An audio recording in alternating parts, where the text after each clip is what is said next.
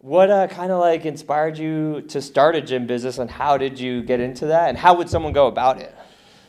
That's a long question. I mean, it's gonna be a long answer. So I never thought I would be opening up a gym. First off, I think business has always been in my forefront. You know, in high school, I was like, okay, I think I want to do a business. You're good, right? You know, I don't know. I don't like it. Like my. I know. That's fucking All good. Yeah, good. All right, cool. Nice. It works. There. No, it's all right. It's fine. Nice. All right, cool. You look good. Thanks, Steve. Yeah. Appreciate it. I mean, I want to get to know you too, so so we can go back and forth. So, anyways, my teachers were like, yeah, you know, like your type would be good as a business owner. I'm like, oh, okay. And, but right out of high school, I got into firefighting. Oh, no way. You know? Yeah. So I did this like spring camp academy. It was like a mock academy for like a week or 2 weeks. It was pretty intense. And then I ended up getting my EMT basic. And then after that, I'm like, man, like, I don't know if I want to see dying babies. You know? That's not what I want to do. I don't know if I want to do that, you know? And so I put that on pause, and I went into like education, and I'm like, and I was going into classes. I'm like, yo, I don't know if I want to be a babysitter. And then I just didn't know what to do, man. I was a little lost. And then I took one more class, and it was a business 101 class, and it was a 4-week course. So it was pretty intense, you know? And we had to come up with the business and do all this, and I'm like, yo, I can do this. Let's go. And that's the last class I ever took. How old are you? 18, 19. Oh, no way. No, 20 maybe? I don't know. Yeah, that's still in that area. In that area, you know? So I mean, I didn't start with the gym. So I started with the T-shirt. You know, T-shirt company. It was you know, it was 2012. You know, and you know how December 12th, 2012 was going to be the end of the world. Oh yeah, it was like right? 12, 12, 12 or Yeah. whatever. And so I made a shirt saying, I'm like, oh, well, if we survive, I'm going to make an I Survive 2012 shirt. You know, with the Mayan calendar and everything like that. And so I sold a few of those. And then I ended up printing shirts, and I ended up making screens for screen printers, and all of a sudden, my buddy invited me to a network marketing company. Mm-hmm. Do you know network marketing? Yeah. It was Vima. Oh, okay. And have you heard of Vima? Yeah. Oh, okay, cool. Man, I loved it, actually. 2 years I spent my life doing that. I was like a team leader, and I was developing people. Bro, that's a great educate. That's better than any college. Really? Honestly, it was probably the best thing for me. Yeah, direct sales is fucking. I came from it, but I had a stint in direct sales, and that kind of shaped a big part of Pathfinder. There you go. So it's magic. It is, you know, because like we did presentations, and like I learned public speaking, and you know, it was like selling a dream. You know, I was like, this isn't gonna be the end all be all, but this is a vehicle that can get you to where you want to go. 100%. You know, I was like, you know, I mean. I was somewhat bashing college because it's like at that time I don't think you need college to be successful. You know, if you want to be a doctor, cool. If you want to be a lawyer, you know, there's certain things that you need college for. But I was like, honestly, it's like what is your passion? Like what is your drive? And let's find that, and let's hone into that, and then let's make that the driver. You know, so man, I was digesting personal development books like crazy. Bro, I love reading. I mean, there's books all over the place, but. Nice. Tony Robbins, okay. Love that one. All right. Every book here is like I grabbed that were my favorite. Okay. And I just brought them here, and I'm still like kind of salty. I miss them in my home library. Yeah. The 48 Laws of Power. I used to fall asleep to that. I love that book. Yeah. I love just Robert Greene in general. He's becoming one of my favorite authors. Yeah, it was intense. You know, like when I first read it, I'm like, this is fucked up. Yeah, it was, you know, because I think I looked at it at a wrong light. But I'm like, you know what?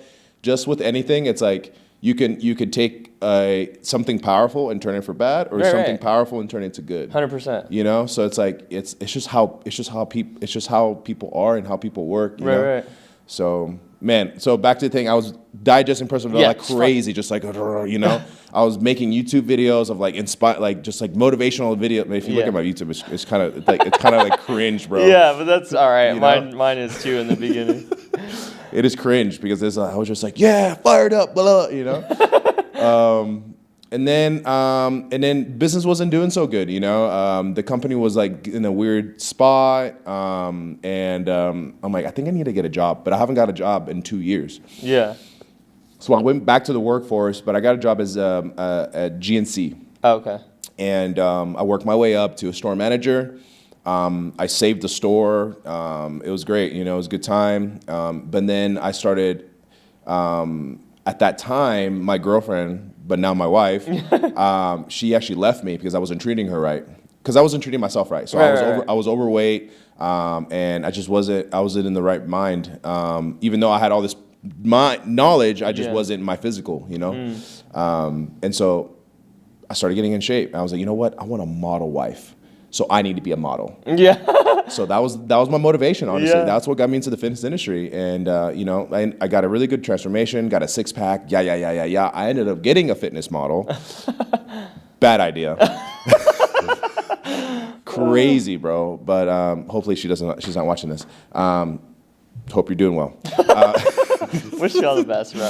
Oh man, I wish everyone the best, honestly. Yeah. And she was, you know, she actually catapulted me into like what I wanted, and like from that relationship, it actually made me realize the girl that I've been dating this whole time, like off and on. I was like, man, that's like, you know what, like. It's like she's the only one that's been supporting me this whole time. Yeah. She's the only. She's had my back. You know, if I would have came home like, y'all want to do this, she'd be like, okay. She's just such a great supporter. She's not my wife. Yeah. So yeah, that I'm grateful for that relationship because it led me back to my wife now. Nice. But let's rewind to the story. So GNC, you know, into the fitness industry. And I ended up getting people that asked me like, hey, like, what'd you do for nutrition? Like, can you help me? I started inviting them to my workouts, and then little by little, I ended up becoming a personal trainer. Yeah. And then I ended up being a personal trainer at City Athletic. I don't know if you remember that place. City Athletic on Sahara and Rainbow. Oh, okay. It used to be a 24-hour. Yeah. It's a Sky Ninja now. Yeah. Okay, so I was a personal trainer there, and to be honest with you, my buddy, I was like, man, it's like I don't got a cert. He's like, man, you don't got a cert. I know that you know your stuff. You don't need a cert. And I'm like, okay. And so, you know, I started with no cert. You know, it was just experience. And I started, you know, training people because at the end of the day, I truly just wanted to help people. You know, I think that's it. And the reason I got into personal training was like, man, it's like I understood that like in this life, like to be able to be fulfilled, you need to give back. Right. Dude, And it's like secret to the universe. Yeah. So it's like, I knew that. So I'm like, man, I really, truly think I can give back in this way. Yeah. You know, like I love this and it comes easy to me. And so it's like, let's just do this. Yeah. And so I was in there for about 6 to 8 months. And I'm like, man, like I was seeing so many problems at the gym. The gym was... I love the gym. I don't want to talk about any gym. I just saw problems in the gym, and about like everything was so secluded. So like there's a business here, business here, business here, business. Everything was so separated. And you just didn't know what you could do, or, you know. Mm-hmm. So I mean, you know what? Like I want a space, and I want to build a space where like you walk in and everything's included, one price. And you know, it's more community. You know, I felt like everything's so secluded. You know, so that was it, man. There was Rogue racks in the CrossFit area. I'm like, man, these racks look nice. I started looking into Rogue, and I'm like, you know what, I'm doing it. So I had to sit down with the owner. I'm like, hey man, like I wanna do my own thing. Yeah. He's like, all right. He's like, you see all these trainers in here? They once wanted to do their own thing too, but now they're here. Do you still want to go? I'm like, yes, for sure. Like he was 100%. He was trying to like, you know, intimidate me. I'm like, yo, this is cool. Like I knew like I was doing something right because he said that. I'm like, yeah, no, I definitely want to go now. Now I'm fucking out of here. Yeah, I am out of here. Yeah, for sure. So man, that lit me up. That literally lit me up. And so I started training clients in the park, and while I was trying to get my equipment.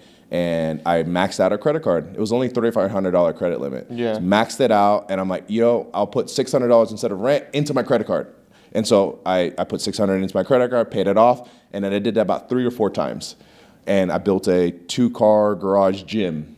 But in that gym, I had at your house? At my house. Oh, okay. Yeah. Yeah, so it was that. Those were the days, man. I mean, I would wake up, and my clients would be there, and I just have to get ready, and like, boom, done. Yeah. But I had about 3 or 4 coaches in there already. No way, training. in your house gym? Yeah. Dude, hustling. Right? Yeah. It was cool, you know. And I didn't charge them. It was just more of like, I've always been led by people first, profits later, you know. Yeah. And I would go. I would still have to go to work. So I think at that time I was a front desk at Caesars. Oh, no way. So I would have to leave. I have a 7P to 3A shift. Oh shoot. And so I would go and I would leave and they would still be working out in my gym. So it was kind of cool, That's you know. dope. But then I got HOA notice. This fucking HOA. Dude. And they took me down, bro. And so I had to transfer to a storage unit. Dude, savage! I love that. Yeah, I had to go to a storage unit, and I had to get people to code to the storage unit to come in. And I talked to the storage unit. Hey man, like I have a gym. I'm not gonna be here for long. I just need a little space to have my gym here. So I had it at a storage unit, and people came and worked out and used the gym. And that's fucking sick. I'm like, dude. I need a facility, you know. Yeah. And so. So I started my home gym February 2016, and I ended up in my first location, brick and mortar. I got the lease on July 2017. We did a soft opening November, and then we did a grand opening December 2017. Let's fucking go. Yeah, and it was just a little strip, bro. It was just a little strip. And I mean, if you look at it now, it's like it's 3 times the size, but it started with just that strip, and then in 2 years we expanded it to it was like triple the size. In that same location, but just like the next unit. Next unit. And doing that jump was scary because like it was like, okay, so we went from 2,000 square feet to 6,000 square feet. Oh shit, yeah, it's a big jump. You know, so it was, I'm like, can we do this, you know? Yeah. But, you know, I always had faith, honestly. I always had faith. I'm like, you know, we got this. Like, because it's like people just, they love the mission, you know? Yeah. They love the mission. They love the environment. And, yeah, that's it, man. Let's fucking go, bro. Resourcefulness. Yeah. Is fucking key, dude. I think people get hung up on a lot of bullshit, and then, like I love that part of your story. And like, there's a way. There's always a way. And faith, that's like a big thing. Faith is like, it's not like praying or like saying things. It's like just knowing that the next step will unfold and like reveal itself, and just knowing that you're doing everything you can, and you know you're hoping there's fucking ground or the next step, and then it like comes through, and you're like, fuck. Yeah. The next step was there.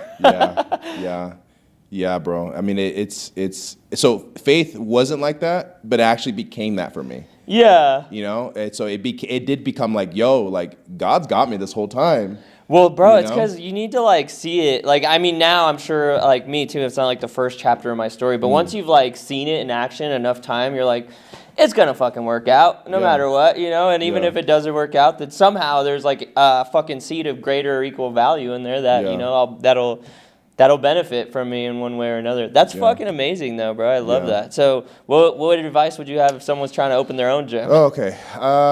Well, don't be a pussy. Just fucking do it. There's a storage somewhere. Do it. I would say start small. You know, and start small. Honestly, start small. Like my 2-car garage, start there. You know, and see if you want to take the next step. You know, because it's like I wouldn't recommend someone like buying $100,000 worth of equipment, getting into a lease for 6 years. You know, you're now a personal guarantor for that kind of money. Let's say the rent is $10,000 by 6 years. That's what you're on the hook for. Right.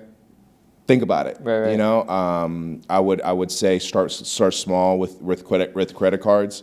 You know, but like don't take the loan shark money. I've done it. I just barely got out. Really.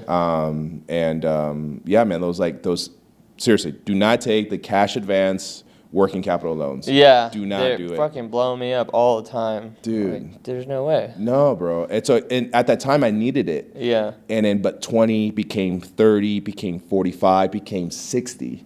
Off that principle? Or so it was because like more and more? Like so I started with 20, right? And then they're weekly payments. Yeah. And then you want to get a bigger loan to pay off that 20. Yeah. So then you keep some cash. Yeah. And then you're like, okay, cool. And then you get to 30, and then let's say 2 months later or whatever, you're like, man, I need to get a bigger loan to pay off the 30 and still keep some cash. Oh shit. And just keeps building no and building way, and that's building. fucking crazy. Yeah, and it's a vicious cycle because you only get to, so my last loan, and I'll share this because it's important for you guys to know.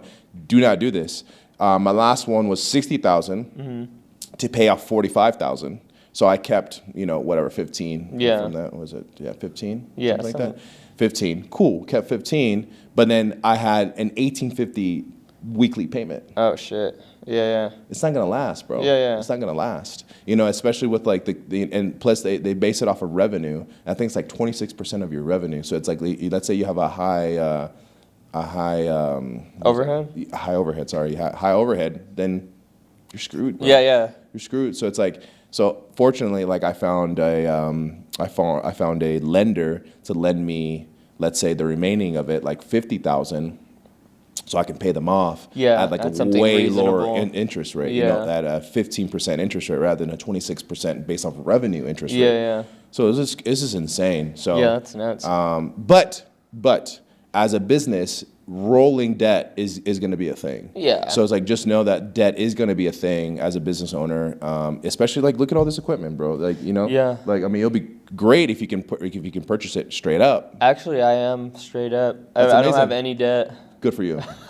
But I had my first business was a mechanic shop in 2013. Oh, really? And I took one of those loan shark debts. It was really? like 20 grand. Yeah. And then it was weekly. And I went bankrupt with the business. I was fucking like, it was 2013, so I was 23. I didn't know shit about shit, right? Wow. And then went bankrupt, lost everything. I had to, start over. But so that, like, I learned that lesson. Like, I had to pay the tuition. So you only took one? I only took one, yeah. Wow. I didn't make it. That business only like survived like a year. A mechanic. So Yeah, like you were a mechanic. No, so the way that business came about was I got fired from the Win. Like I was a baker, and I was a baker from like 18 to like last time I had that type of job was I was 28. So like 8 years, or 10, 20, yeah, like 10 years. My bad. So I was a baker. I got fired, and then. My dad was a mechanic for a carpet cleaning business, and like when you're like W-2, they take taxes or whatever. And I was like, why don't we open up our own shop? We'll keep him as your current job as like our first vendor. They won't have to pay payroll tax, whatever, and we'll fucking we'll get a little bit more. It'll be like $4,000 our first account, and then we'll just keep rolling it up. And it was like cool, and it kind of worked. My dad was the mechanic, but my dad was super shot out. He was like always drinking all the time, like doing fucking drugs and shit. And I was like kind of like naive to it. I didn't really know until that fucking point in time when it started happening, and I was like involved in the business or whatever. And then also being naive, I had no idea. I was buying all kinds of stupid shit that we didn't need, like let's buy tools and fucking cool uniforms and all kinds of shit, just fucking off the cash flow, like thinking that that's what I need. Taking out loans for everything, like I'll get a loan from Office Max or a credit fucking line for a desk and all kinds of bullshit, and then it just like didn't work out, But it was a great lesson. I learned a lot from that first business. So that's how you learn. Honestly, you learn more from your mistakes than you do from your wins. Yeah, dude. And that was my first failure. My second failure in business was so I had a music studio, and then I was selling a lot of weed at the time. It was like before it was legal, like right before, like 2016. And it just like I worked at a restaurant, and I had the music studio, and it was kind of working. And then I like started selling weed to everyone in the restaurant, and then I got fired from there because that's when 2016 is when I started the video company. So I was getting so busy, I was like calling out work a lot to like take like gigs. It just made more sense. I was like, I can make $500 in a day, or like here at $20 an hour, it's like $160 after taxes or something. So I started calling off a lot, and then I had points, and so they finally fired me. I was like, fuck it, I'll just keep selling weed. And then the weed thing like took off. Like I was selling like a half pound of weed a day, plus all the accessories, like cartridges, batteries, like all kinds of shit. And then I was a baker, so then I started like making a ton of edibles, and there was like huge margins in that. And so I started selling it to like other delivery services. Wow. So it was booming. At that, I was 26 at that time. I was like, fuck, we made it, bro. I'm rich now. I fucking cracked the code.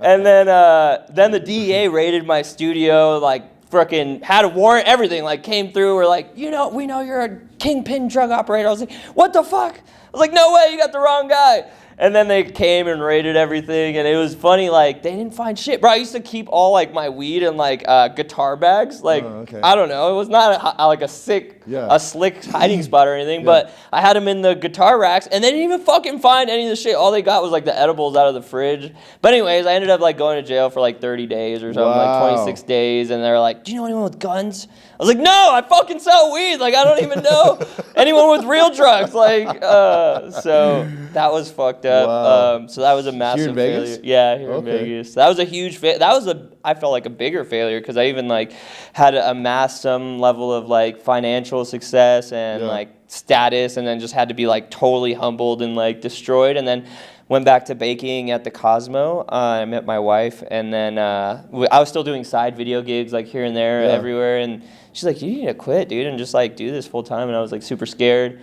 Quit, and then I did that. It was like really slow, and then I got into the solar industry, direct sales, doing door-to-door sales, and that kind of like, I took everything I learned there and applied it to the media company, and then it just blew up like after that. And this was like 2020 by this point, so it took me like 2013 to like 2020 to ever like see any type of success in business after like trying anything that's sustainable, I guess. And then ever since then, it's been a blessing, you know, just maintaining the team and growing. I love that. So adversity is the key to to success, I think. I mean, I don't know. Bro, the DEA raided you. That's crazy. Raided me, bro. Yeah, it was nuts. Yeah, I got locked up. It was So how did you ever ask her, like, how did you find out? Back in those days, you would be able to advertise on like Where's Weed or Weed Maps. You could literally just pay like $500, credit card information, and they would just push your shit out. Like delivery service, you didn't need like to prove license or tax or nothing. Weed Maps, I remember that. Dude, Weed Maps was legit, bro. And then it would be all people from the strip, like out of towners. So you could charge like premium, bro. Like for an eighth, you'd like charge $100, and they'd be like fucking just. Bro, it was nuts. Yeah, so it was like just working, and I was stoked at the time, but it was like, then when they finally did, like when I started getting like the attorney and everything involved, and they're like, dude, the real thing is like we're not paying taxes. Like you think you could fucking not pay taxes? I was like, yeah, I guess that makes sense. Like, you know, so really it's Uncle Sam that fucking sent the troops out. And so yes, they found me through Where's Weed or Weed Maps or whatever, and then that's how they like started tracking me. Did they garnish any finances, or did you end up having to pay, or like? By the time like when I had like, I remember I had like 20 grand saved up at the time, and like I had a lot of money. All my money was in the inventory, so I had like probably another 20 in inventory, like just weed and shit. And then so I had 20 grand saved up. I paid it all to a lawyer. Like, I just fucking gave it all away. I was like, fuck it, take all of it, just keep me out of jail. Yeah. Literally the fucking next day, they're like, all right, yeah, we gotta go to court. You got like a arrest warrant. Fucking lock me up. I get in there like, I was like, fuck, this is not what I paid all this money for. And then they had a hold on me, so like I couldn't even get bailed out. I felt like I got fucking raped. I was like, they took all my money. They took all, like I couldn't even get out. I was totally fucked. So I was like, and then they didn't give me like a time, like a date. So I'm in there like fucking feel like I'm in the abyss. I'm like, fuck, I'm here for life. Like, this is fucked up. Yeah, it was terrible. It was like the scariest thing I ever went through. Okay, so can we talk about that? Like, how was that time in jail, and like, what were your thoughts, and what were you thinking about, and how did you make it? Oh, dude, it was fucking terrible. That place is designed to like break you as a human, you know? So like, there's no food, and I just felt so ashamed. Like, I didn't ask my mom for like money for commissary for like real food or anything. I was just like, I'm gonna fucking thug it out. Fuck this, like, you know? So like, what did I do? I just slept a lot. Like, I fucking just slept. And I just felt like, how the fuck did I end up here? Like, you know, I was like, I must have fucked up. Like, I was like, but then I like just was in such a like deep depression, like just like wallow, like, dude, I didn't do anything wrong. I didn't like hurt anybody. I didn't steal. Yeah. I was just like fucking trying to make a living. And then so I started reading books, and then there was like real gangsters in there that could like see I was like just fucking like lost in the depths of the like the abyss. And they would come up to me like, yo, fool, like, hey, don't let this shit get you down, bro. I'm on my third strike, bro. I just stabbed someone. I'm not getting out. I'm like, fuck, bro. He's like trying to cheer me up and shit. Like, he's like, do some push-ups and shit, bro. And I was like, fuck it, all right. So I started working out with like the gangsters and shit. But like, there's no food or substance, you know? It's all like fucking mush. So I'm like eating mush, like fucking starving, doing push-ups. I lost like 20 pounds. And I'm already fucking skinny. I don't have 20 pounds to lose, you know? So finally, like, they let me out on house arrest, and fucking I got out, and I was just like fucking 45 days? 30 days? No, it was like 26 days or something. That you were in there. That was locked in there. But you had no idea how many days you were going to be Yeah, there. I would know. So it was like eternity for you. Yeah, it felt like a life sentence, you know? So I was fucking, when I got out, I was like, I had 150 hours of community service. Like, I forgot, it was just like a month or two of house arrest. Okay. And then stay out of trouble for a year. So like, if I would have gotten in trouble within that year, I would have had to go back to fulfill like the year sentence or whatever. Wow. So I was so paranoid after that, dude. I was like, I would not leave the house. I felt like raped, like how a rape victim would feel. Like totally just fucking took everything from you and like abused all your rights, like, you know. So it took me a long time to build up my confidence after that, like in business and anything. Like I wouldn't, like I said, I would not fucking leave the house. I would just stay home, watch Netflix, and then somehow by the fucking grace of God, I met my wife. And that time, like it was like right when I finished, like beat my case, it was all done. I like met my wife like a few days after that. And it was just like next chapter, and it was dope. And it's, you know, it's part of the story, dude. I think it's part of just being brave. And like I think one of the biggest fucking things that I'm learning now is to eradicate fear, like false evidence appearing real. Like fear is like, it's just taking up real estate in your mind for no reason. It's not even real, like, you know what I mean? So when you place fear on something, it's like, usually it's because you're afraid something that hasn't even happened has happened. So that's been like one of my big things like this year is trying to just totally like, if I feel any sense of fear or worry, I'm like, fuck it. Hey, let it fall apart. I don't give a fuck. We'll see how it works out. And it never does. So, you know, I'm just like fucking blessing. So that's it. I don't know, man. Fear, I don't know where I got this from, but I take it as face everything and rise. Let's fucking go. You know? I love that. And have you read Grant Cardone 10X? No, I haven't. So that book, bro, like it was like, man, if you're scared, do it. And if it's like, if you want success, you got to 10X everything. So it's like everything I was doing, I was like 10Xing, you know, I had to 10X everything, you know, but it was cool. It's like, it's a good, like, it's not like motivation, but it's just like, just put in the work. Yeah. Just put in the work, you know, whatever you think whatever you think energy you have to put in 10X. Double it. Yeah. And you'll it'll work out. Yeah. Like, you know what I mean?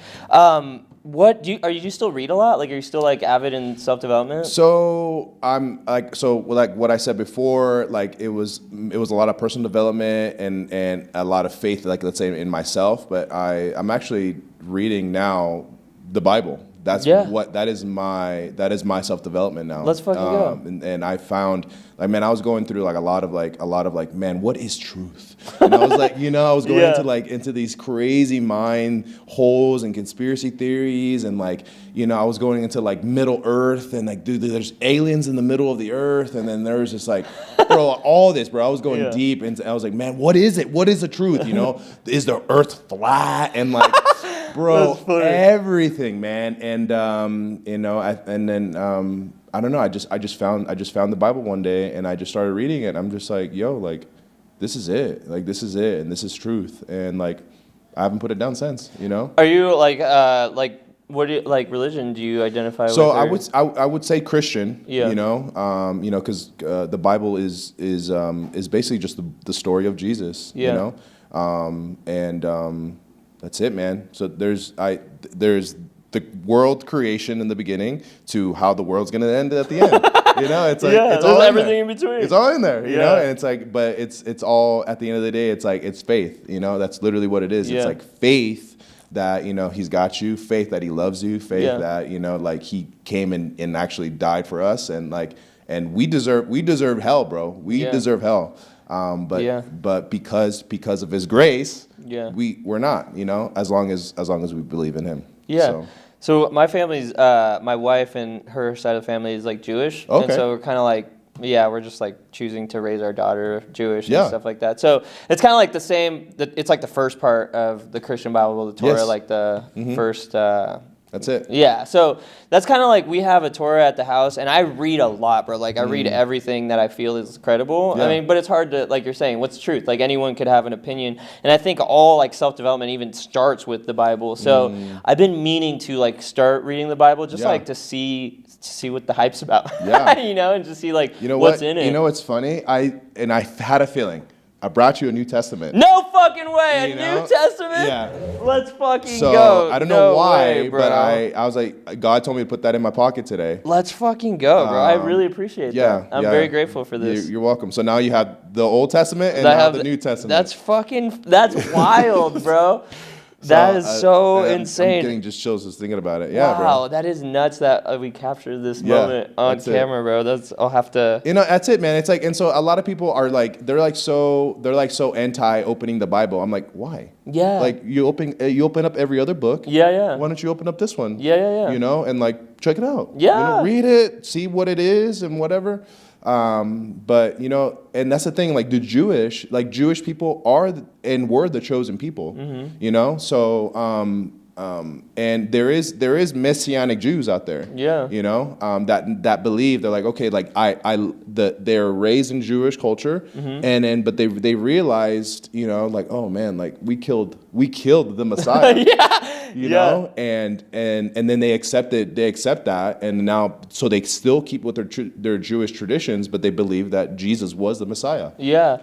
So I think Jesus was an incredible human being that walked the earth. You know what I mean? And I think that, so this is where I think maybe I lose connection with some like Christians, is I think that everyone has the internal power to be Jesus or be Christ-like or be the Christ if you did what Jesus did. Like, you know what I mean? If you lived and literally walked his exact footprints and meditated the way he did and did the exact steps, it's almost hard or impossible to do it in today's modern age because so many distractions. There's no really space. But I think that everyone holds the same power as Jesus to create miracles within our, our own space. And I think that like there's a book called I forget what it's called. It's like something I Am the Christ or something. And it was a really dope like channeling. Like I don't know if you're familiar with that, like Asking Is Given or like just books that are like channeled. And it's kind of channeled from like the Christ perspective, I guess. Yeah. And again, it's like, who is the truth, right? Like who's saying, but when they say valid shit, it's like, this is kind of fucking valid. And that's kind of what I took away, is that everyone has the Christ within them, the vibrational resonance that is within all of us that like kind of is the ultimate good, right? So that's, I don't know. And I think a lot of people, like I have a really open perspective on God and the idea of God and what God is. And I think like just some like Christian promulgators that are just like, no, this is fucking only way. Like, I think that everything's open to interpretation. It's kind of words. It is. And let's conversate about that. So there's multiple verses that came to my mind. So it's like there's a verse in like think Matthew 7 or Matthew 24. It says he said that there will be many people that will be coming to me saying, Lord, Lord, Lord, haven't I prophesied in your name? Haven't I casted out demons in your name? Haven't I done good deeds in your name? Mm-hmm. And he says, go away from me. I have never knew you. So it's like so what does that mean? That means that like he's not here. Like we're not here to like say like, oh yeah, Jesus was cool. I believe in Jesus, but demons believe in Jesus. Demons were like, yo, like what are you doing here? Like what are you about to like eradicate me right now? Like it's not time for judgment yet. Yeah. And they're like, well, send me to those pigs, and he sends them to the pigs, and the pigs end up dying. But like even the demons know Jesus, so it's like, for him, it's the relationship that we build with him. So it's like. It's coming to him for things and like and acknowledging that he is, the Lord of Lords and King of Kings. And then there was another verse that came to my mind was and forgive me, Christians, for not knowing this, but he does say, and this is where it kind of got me. So like that verse that I just told you, it scared me because I'm like, it doesn't matter if I even do miracles in his name. He doesn't care about that. Right. Like he cares about the relationship. But another one that got me, he's like, the only way to the Father is through me. I am the way, I am the truth, and I am the life. And that's very definitive. Right. So it's like, I had to ponder on that for a long time. I'm like, it's like, is this it? Like, is he, like, he is literally very definitive, And this is in the New Testament, in Jesus? Yeah, he said that. And so Matthew's really good. I like Matthew. I started with John. But there's Matthew, Mark, Luke, and John. Those are the 4 Gospels, and there are 4 perspectives on the life of Jesus. The same like time frame? Yes. Oh, okay. So Matthew and John actually lived and was among Jesus. Mark and Luke were outside perspectives, but they were almost like interviewers. Like they would go and like interview people that were living with him. It gives you different, but like that's dope. Yeah, I mean, dude, that's the thing is like I'm open to always reading. You don't know what you don't know, right? Yeah. So like I'm huge on reading, and so I want to read all of them. Like, you know what I mean? I want to read the Bible, the New Testament, the Quran, the like Kabbalion, like all of them. Like, you know, to see what the perspective on like what every culture believes. Because really, there's probably truth in all of them, right? There's probably yes. Yeah, you're reluctant on that one. Well, it's so there in my opinion, there can only be one truth, right? You know, and there can only be one truth because it's black or white, you know, and that's what I believe, you know, it's black or white, and the Quran, I believe, has been so. Abraham was you know Abraham? Mm-hmm. So Abraham was the Jew of Jews, right? He's like our father of faith, right? And from him, God told him through his line, I'm going to bless your people, right? But he got impatient, or his wife got impatient, and his wife told him to sleep with her servant, and her servant was Arabic, right, or Egyptian, and so he ended up sleeping with her to get a son, and that's where the story. Wow, I didn't know that deep. And so God does say, like, I will bless this son, but it is not the line that I'm choosing, basically. And he's like, he will have many nations under his name, but he will also be fighting other nations all his life, which is the Muslims. Yeah. And so yeah, I have an interesting perspective on that too. It's like, so my wife's family, they're like Orthodox, so they're very like strong in like the Jewish traditions. And we actually, after we talk about this, we have a like Jewish candle business, like an e-commerce business. Nice. Does pretty well. So like, just like ritual candles and stuff like that. But anyways, so I forgot where I was reading this, and it talked about like something about the Arab, the Muslims. Dang, I don't want to like misword this because it's very like controversial or whatever, but how like dangerous it is because it's almost like they're rooted in hatred. Like, so like they hate everything, and the reason why they're so dangerous is because they're infiltrated in they're not like, they don't have a hub like Israel or like, you know, a place where they are. They're infiltrated in every single culture, and whenever like, if they do rise to full power, they'll be able to like infiltrate everything all around, and it'll be coming from like the hatred and be very destructive. And so like, it's kind of interesting that like, you know, Jewish people feel a way about it and are very like adamant about where they draw the line. And so I thought it was interesting. We talked about it at one point in Bible study and with them, and he was like, well, that's why, you know, he had his Jewish perspective of it. So it's kind of interesting that it goes back all the way. But like, I think really, right, like really, really, really, if we transcend everything and all like beliefs, like we are all like creatures of God, right? Like, doesn't matter what side, where, like deep to the core, like we all came from God, and we all have like a perspective and something we believe in and stand behind. But like, if you peel back all the layers, like we're all the same. You know what I mean? We are like just the incarnation of man, trying to love one another, trying to love our family. Like, you know, a Muslim guy and a Jewish guy, they love their family the same. Like, you know what I mean? And like that love and that core is still the same. So I think that we have to remember that amongst like modern society, it's like to like not conflict and like not to like fight, because it doesn't matter, like, yes, maybe something's wrong, maybe there's not truth, maybe they believe in something else, but like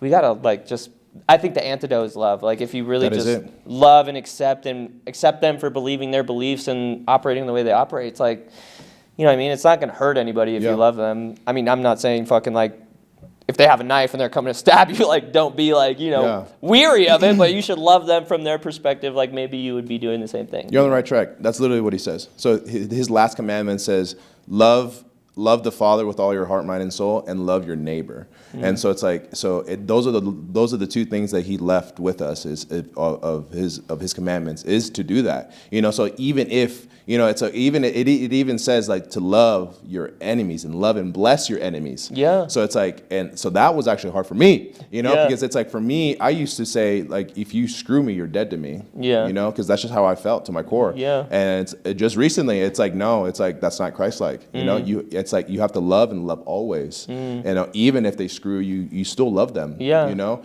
and that's what we're made to do. You know, we're made to love, and love is God. Yeah, dude, and it transcendent. And then the irony is like if you do, I mean, and like I don't. This is maybe not biblical or whatever, but like if you live in the vibration of like the hatred or like the revenge, it's only giving you vibrational alignment to attract more of that into your life. Like, you know, so it's dangerous to like have hate towards someone because then it's going to attract hatred in your reality. Like, you know, so like my wife, like just stuff like that, you know, silly stuff. Yeah, same thing, like screwed over, whatever, right? And you're like, fuck, I could end this fucking guy. Like, I will smother him, like, with all of my power, like, you know? But then you're like, fuck, dude, no way. Like, fuck up. Like, you know, whatever. Just let him have it. Or, like, just, like, I don't remember what the situation was. I think, like, they stole a client or something, and I was just like, dude, they probably need it more. They probably need it, you know? Like, fuck it. Like, you can have it. I have an abundance. Like,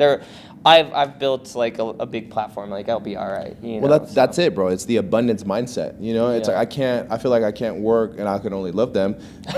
of people who work in the opposite of the with the scarcity mindset. Right. You know, it's like you can't build a business across from me because you're gonna take away my business, bro. We live in a city of multi-million people. Yeah, the supply. Calm down, bro. And especially if it's online, it's like, man, billions. You know, it's like. Calm down. There is room for success for everyone. Dude, you know? The supply is infinite. The supply, like, it's literally God's will to be, like, abundant, to be infinite. Like, think about it. If you think about it from the simplest form, like, you take an apple, right? You fucking eat the apple. You put it in the ground.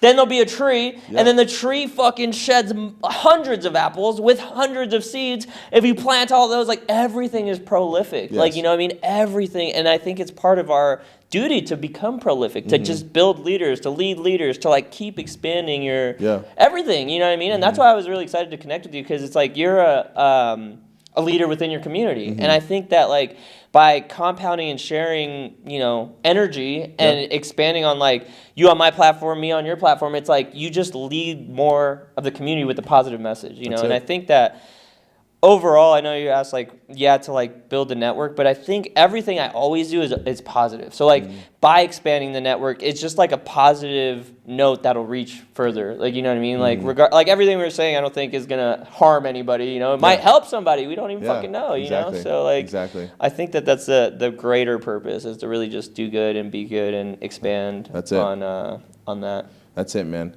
I want to say one more thing about what you said, and then we can wrap. I mean, we're good. I don't have anything to do for a while. So, awesome. I got my kids. You got any kids? Yeah, I have one daughter. How many kids do you have? I have 3. 3 kids, dude. You're a savage. Yeah, I want more. I want more. My wife's not having it. No, but, just one and done. I mean, we'll see. So how old is she? She's 3. 3. Yeah. Okay. Amazing. How old are your kids? 5, 3, and 12 weeks. Oh, dude, no way. Yeah. Oh, you're in the beginning, too, with the new baby. Yeah. It's amazing. You know, kids, honest, I truly believe that one, kids are a blessing from God. 2, they're here to teach us more than we are, you know, to them almost in a sense. Isn't it crazy that they're closer to the source than we are? Like, they're, like, fresh from God, if you want to say it that way. Like, you know, so you have to be wise enough to accept, like, their message because they're, like, closer to God than we are, like, you know? Yeah. I mean, maybe if you're on your way out, like, grandparents or something. Yeah, man. Anyway, sorry, I didn't mean to... No, it's okay. It's just, I'm just thinking. Like, I've actually had a lot of revelations this last week, to be honest with you, with all this. But, like, you know, as a father, right? And like, I just came back from this, like, men's retreat. With my church, and you know what basically came out was that like broken men come from broken fathers, you know, and like even if we're doing okay, like there's still some sort of like trauma, I guess you would say, that we have planted in ourselves, and that plant has outgrown or has grown root, and now like as a man, like Sometimes we'll deal with anger that we don't know where it's coming from, depression where it doesn't, anxiety where it doesn't come from. We're like, where is this coming from? But it's like if we dig down, it's like it's that little seed, that little trauma that you planted inside that has now uprooted into something that you just don't want, right? So it's like, so this retreat was a lot about like getting down to that root and cutting it and like eradicating it, and like the thing was that's most important is the forgiveness, that our fathers are always going to fall short because we fall short. We're human. We're not perfect, and so we put our fathers on such a high pedestal that like when they fall, it's like, man, it's like it's everything, So it's like, but so what I've realized to bring kind of Christ back into this is that like how God views us, from sky above, right?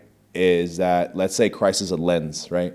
And if we accept Christ, God looks at us through the lens of Christ into us, and which makes us perfect. If we don't have Christ, He looks at us as filth, as just bad, right? So, but right when you put that lens, like I believe in Christ, He looks at us, He deems us perfect, and that's also in the Bible. But children, this is where it got me. Children will look up to us, and if we don't have Christ, the ceiling stops there, right? So it's like when they look up to their father, like to us, and then we don't have Christ. It's like, man, it's like our leader is falling, our leader is failed, our leader's a failure. But if we have Christ in us, our children look. And if we have Christ in us, it goes through us and up to the Father, and the Father's the only true, perfect Father, and he, that's it, So it's like, it's that polarity that is happening, That's what like kind of like got me, like, man, like I don't want to be a broken father, and like I was fine the whole retreat, but like I started breaking down when I was like, man, like my kids like depend on me and like all this, but it's like, man, it's like when my pastor was like, yo, you just got to love them and love them well. And like making sure that like, that you're pointing them to the perfect father in a sense, because you're going to fall short. You're always going to fall short. Yeah. So. Do you, are you like, is your life set up to where like you're able to spend like more time with your kids than the average person, or do you like work a lot, or like how do you balance? So I was working a lot, but I work 4 days a week and I'm off 3. So I think it's a good balance right now. Yeah. I was working 6-7 days, you know, but I read this quote from C.S. Lewis, bro. It got me real good, bro. It was like, children are not a distraction from the important work. They are the important work. It's like, like I was like, I know, it's just so tough because like it's like, man, I gotta provide. I gotta get this money. Don't worry. They're only young. They won't remember that I wasn't there, bro. I know, dude. It's such a fucking hard. Like even last night, I felt terrible. So like. And this goes to faith, like, so this, like, again, podcast studio, whatever, I have the bookings open, so I just want it to pay for itself, like, and so up until, like, 2 days ago, it's only made, like, $200 or $300, and I was like, fuck, dude, I'm gonna be pissed if I have to pay the rent for this fucking place, and then I had a booking yesterday for, it was, like, 3-day booking, it was, like, $2,000 or something, I was like, fuck, nice. Hell yeah, came through, right, nice. Like, God came through, yes, and, so I'm home. I like had a late day. I got home around like 5. That's late. I usually try to be home by like 3. And so awesome. I'm like home on my way home. My wife has like an event she has to go to, and I have to like respond to these emails, like to solidify the booking and all that. But I'm the only one like watching my daughter, and I'm like just like so conflicted. I feel so terrible. Like just like I'm like writing like 3 words, and she's like playing and like wants attention or something. And I'm like, fuck. All right, I guess this is more important. But then I'm like, but this is important too. And I'm like. It's just a fucking struggle. It is. Like, you know what I mean? So it's like, yeah, like you said, I don't know. I'm always trying to do my best. There's some weeks and months where I'm like home most of the time and I don't have to work very often. And then there's some months where I'm like traveling a lot and I have to work a lot. And so it's a challenge, and just trying to be the fucking best person I can be, which is okay, bro. But they need communication, So it's like I think as long as you're communicating with them, like, hey, dad or papa has to go, he has to go do this work, but what, I'll call you here and I'll see you here, or you give them expectations, I think like I think they're so much smarter than we think. You know? Dude, they're fucking geniuses. They're bro. so much smarter than we think, bro. And it's like, you just talk to them like a human, you know? Yeah. And like, even if it breaks your heart, like, man, like some days they're like, Papa, don't go. I know. And I'm like, oh, gosh. Dude, that's the worst. Oh my gosh, bro. It's like, it just cuts deep, bro. It's so, and, yeah, that's like the worst, you man. know. Have you seen The Patriot with Mel Gibson? Yeah, it's been a long time, though. Bro, there's this scene, bro. And now that you're a father, it's going to hit you, bro. It's like, he was leaving, and his youngest daughter has. At the end. Yeah, kind of. I think I did see that recently, and I fucking started crying. I started crying. Yeah, bro. I think it was like on I was traveling or something, and it was just like at the end scene, and I was like, Papa, don't go, and she doesn't talk, and then she starts talking, and I'm like, no, oh my god, if my little girl said that, I would fuck. And then he's like going off to fight a war, like it's not like we're gonna potentially die, like when we go to work, you know.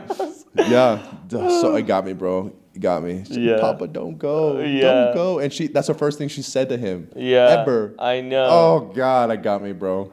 But it's I mean that's it, bro. Like we have been blessed to steward this child from God, you know, and it's like it's our job to guide him well. Yeah. You know? And that's our job, that's our sole purpose. You know, we it's like very like primal, like we're here to procreate. Yeah. You know? Yeah. I was having a conversation with my wife about that, like in regards to like I think modern women have like a false ideal of like, I need to be strong, successful women. Like, you know, I need to create my own business and do my own shit and da-da-da.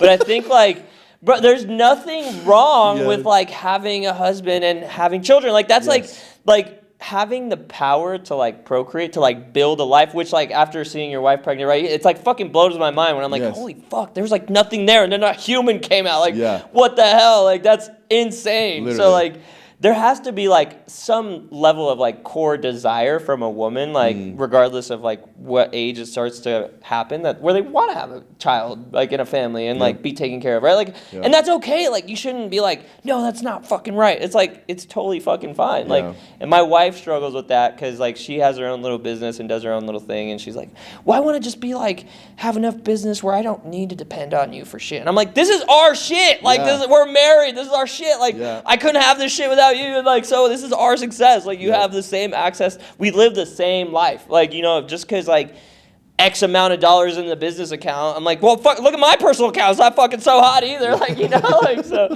I don't know. It's just like, it just creates that, I think, a false ideal. 100%. And just the internet. 100%. I think, so I'm going back to this again. And it's, I truly believe that the devil has infiltrated our society, and it is and has infiltrated our society. Yeah. Where, you know, I mean, you're getting all these like transgender movement. You're getting this like this shift of power of man, and from the women being, you know, the breadwinners and the man staying home, or like, you know, and like telling women that they need careers. Nothing wrong with all that, but it's taking away the mother from the situation. So like, because a woman is focusing on a career, she's not focusing on literally childbearing. Right. You know, so it's like it's taken away that. Yeah. You know, I mean, you look at Planned Parenthood. Like I think it was like 71 million abortions. That's crazy. You know, that's a lot of babies, bro. That's a fucking that's a whole generation. Like that's a lot of babies, crazy. Bro. You know, so it's like, you know, you can date this back to like, you know, like they were sacrificing babies in the Torah, bro. You know, and that's why they got tore up. You know, the Philistines, they were doing this. The Philistines, they were sacrificing these babies to Baal. You know, and putting these babies on a scorching hot iron, bro, and just letting them sizzle. You know, like that's in the Torah, bro. And God was like, no, and he that's what he killed them all. Smoked them. He smoked them, bro. He's like, no, that is not happening. You know, and I think it's the same thing, bro. It says that the devil is the prince of is the ruler of this earth. You know, so it's like everything that is of this earth is actually pointing essentially to him. And we, like, if we are people of God, like, we have to almost like turn away from everything. Yeah, because it's an illusion, right? Like everything is. Have you read this book? It's not Napoleon Hill, Outwitting the Devil. Have you read it? I've heard about it. I mean, I think you would enjoy it. It's a good read. I mean, it's not like Christian or anything, but it's like it's a good perspective where like it seems like Napoleon Hill kind of like embodied the devil and kind of communicated to you as the devil, and it's kind of like fucking nuts. But it like the whole premise of it's like how to outwit the devil. Like you don't have to succumb to the devil. Like, you know what I mean?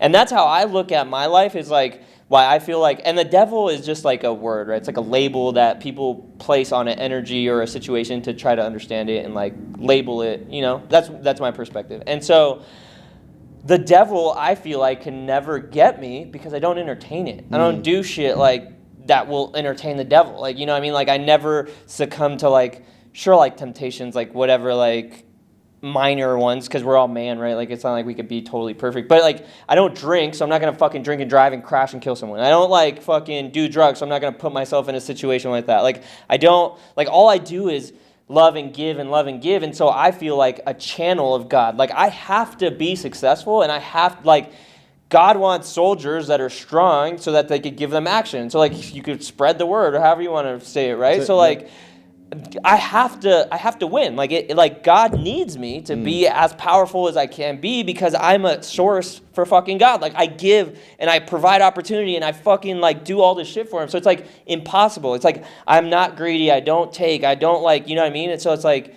the devil can't get you because you're not entertaining it. So as long as you don't entertain the devil, it's like you can't. There's like a saying, my stepdad's actually Jewish too, and he like says, like, I don't know where it came from, but he's like, the devil can never get you if you don't invite him into your house. So it's just like, don't let the motherfucker in the house. Like that's it. Like that's how I look at shit. Again, I don't know what I don't know, but that's just my perspective on the situation. Yeah, for sure.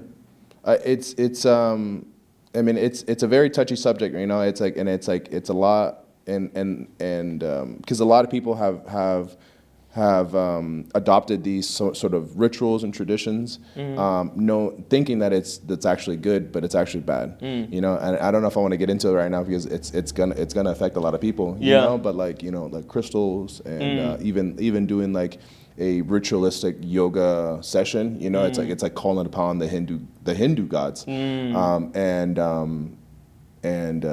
so I believe that is just not of God. I see what you're saying. I mean, so like the devil's even sneaking in when you think you're not letting him in. Yes. Yeah. And so that's and then I think it's like Ephesians 6. It's like we're not fighting flesh and blood, but we're fighting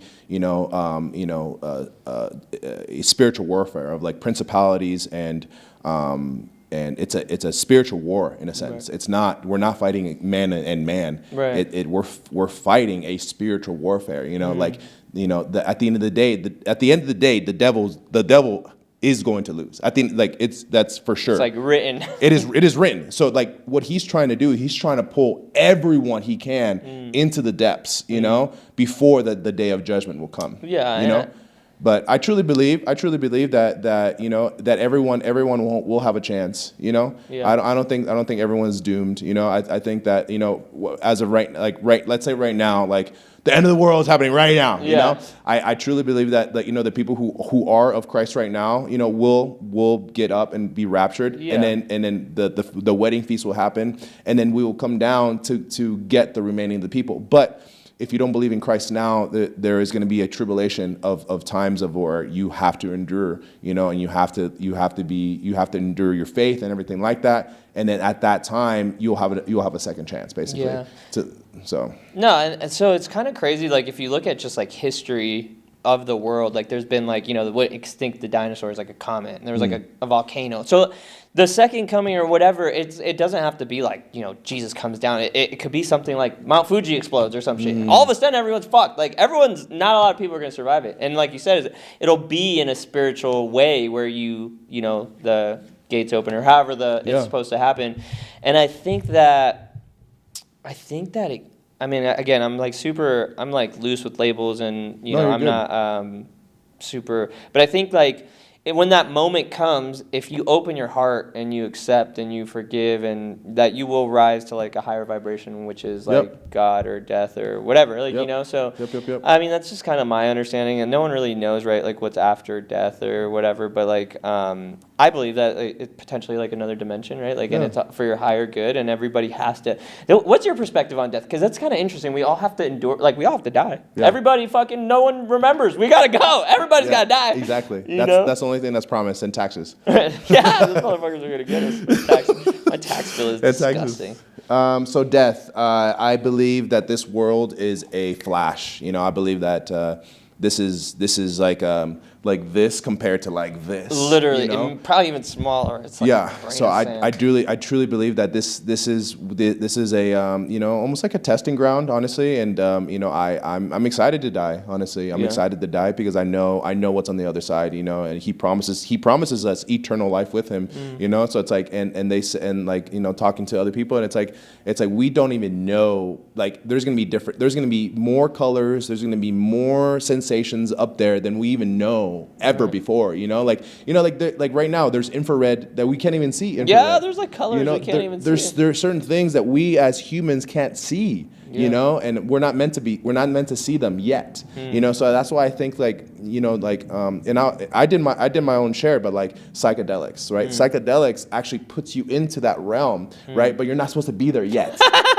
You know, and you're not supposed to be there yet. And so that's why there sometimes people get actually infiltrated by the devil or a demon in that space, because they have gone into a realm that they're not used to, or they're not supposed to be in there yet. You know, and so you hear stories of people getting possessed in those states, because it's like, I got you now, you know. So it's like, so the devil just wants footholds, bro. So honestly, for me, I'm excited. I mean, like I'm excited. I don't want to say I'm excited to die, but I'm excited to die. When and it's like, when it's time, it's time, and when it's my time, it's my time. But what I can do now is my goal, and now my call, as of just recently, is to share the word, wake people up. You know, like the Matrix. You know, it's to wake people up, and it's like the Matrix was written. Neo was actually it's a portrayal of Jesus, and even the writer of the Matrix said that. You know, and it's like John Connor from the Terminator was a portrayal of Jesus as well. And she wrote both of them supposedly. So I saw that. I'm like, oh, that's cool, man. If you think about it, everything is around Jesus, bro. Like AD and BC, you know, like after death and before Christ. Everything is revolved around Jesus. You know, when you really look into it, bro, it's like, okay, it's the devil trying to, like, hey, no, you can be your own God. You can be your own thing. You have the power to do your own thing. But it's a deception, bro. It's a deception, and until you read, until you pray about it, and the Holy Spirit kind of like guides you into it, you'll start realizing what it is. I'm telling you, there's a lot of things that a lot of people are doing right now that they don't know that is demonic. But it's like there'll come a day where it's like they'll soften up their heart a little bit, and they'll allow someone like me to talk to them about it, you know. But it's nothing wrong. I mean, obviously it is wrong, but it's like, but there's like, it's okay. It's okay.